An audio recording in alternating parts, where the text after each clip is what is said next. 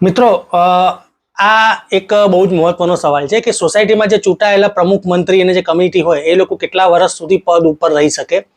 તો એના માટેનો આ એક વિડીયો છે. બીજો પ્રશ્ન એવો છે કે સોસાયટીમાં એનઓસી વગર કોઈ મકાન વેચાયું હોય તો એનું શું કરવાનું, અને કોઈ ન્યુસન્સ કરતા અથવા તો આર્થિક કૌભાંડ કરનાર સભ્યોનું સભ્યપદ રદ કરી શકાય કે નહીં એ બાબતનો સવાલ મને પૂછવામાં આવ્યો છે. તો એના ઉપરથી મેં આ વિડીયો બનાવ્યો છે. તો આ વિડીયોમાં હું તમને કહું, આ ત્રણેય સવાલો મને પૂછવામાં આવ્યા છે, તેનો જવાબ આપવા માંગુ છું. તો પહેલો સવાલ એ છે કે પ્રમુખ અને મંત્રીની દર વર્ષની સાધારણ સભામાં પસંદ કરવાના હોય છે, અથવા પ્રમુખ અને મંત્રી કેટલા વર્ષ સુધી પદ ઉપર રહી શકે. તો મિત્રો આ વસ્તુ છે ને તમારા જે સોસાયટીના જે રજીસ્ટર્ડ થયેલી એટલે કે નોંધાયેલી કોઓપરેટિવ હાઉસિંગ અથવા તો કોઓપરેટિવ હાઉસિંગ સર્વિસ સોસાયટી હોય એમાં એના જે પેટા નિયમો હોય એ પેટા નિયમો મુજબનો ચૂંટણી દર વર્ષે થાય, અથવા તો દર 2 વર્ષે, અથવા દર 3 વર્ષે, અથવા તો 5 વર્ષે. મહત્તમ 5 વર્ષ સુધીનું હોય છે અને પછી તમારે ફરજિયાત ચૂંટણી કરવી પડે છે. એટલે પેટા નિયમોમાં જે લખ્યું હોય એ પ્રમાણે લડી શકે.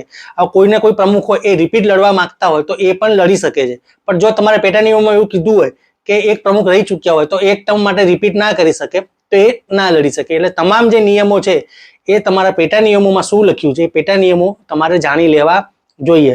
હવે બીજી બાબત છે, બહુ જ મહત્વની અને ગંભીર બાબત છે, કે નોંધાયેલી સોસાયટીમાં એનઓસી એટલે કે નો ઓબ્જેક્શન સર્ટિફિકેટ વિના દસ્તાવેજ થાય તો પ્રમુખ અને મંત્રી દ્વારા શું કાર્યવાહી થઈ શકે. તો મિત્રો આ એક વર્ષો જૂની પ્રથા છે, હાલમાં પણ ચાલુ રહી છે, પણ મારી દ્રષ્ટિએ આ યોગ્ય નથી. મારો પર્સનલ ઓપિનિયન છે.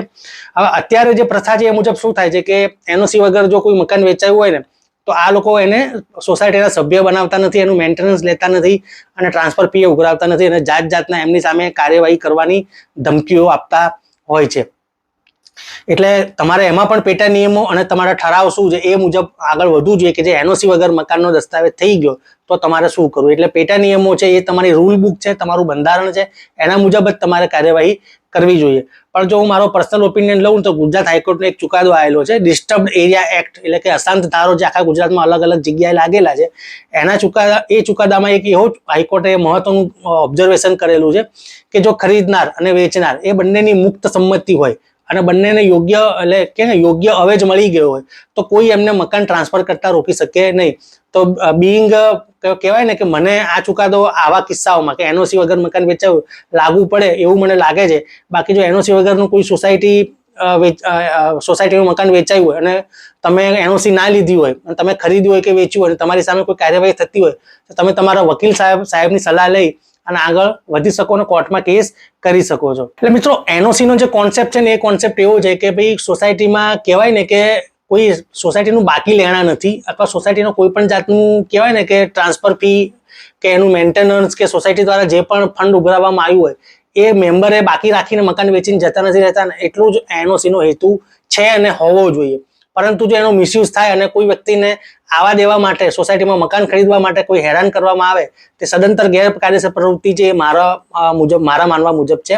તો તમારી જોડે પણ જો કોઈ આવું કૃત્ય થતું હોય તો તમે તમારા વકીલ સાહેબની સલાહ લઈને આગળ વધી શકો. અને જો કોઈ સભ્ય દ્વારા એનઓસી કહેવાય ને કે મેન્ટેનન્સ બાકી રાખવામાં આવ્યું, ભંડોળ બાકી રાખવામાં આવ્યું હોય તો એ જે બાકી લેણા છે ને એ ફ્લેટમાં તમારે કેરી ફોરવર્ડ થાય. એટલે એ ફ્લેટમાં જે પણ રહેવા આવે એની ઉપર એ દેવું થઈ જાય. એટલે તમારે એ બાકી લેણામાં બહુ મોટી રકમ થઈ જાય તો તમે એ રકમની વસૂલાત કરવા માટે કોર્ટની રાહે જઈ શકો છો. પણ સોસાયટી મારી દ્રષ્ટિએ એવું છે કે આવી રીતે એનઓસી નહીં આપીને એમને હેરાન ના કરી શકે ને એમને રહેવા આવતા રોકી શકે નહીં, અથવા તેમની સગવડ ભોગવતા રોકી શકે નહીં.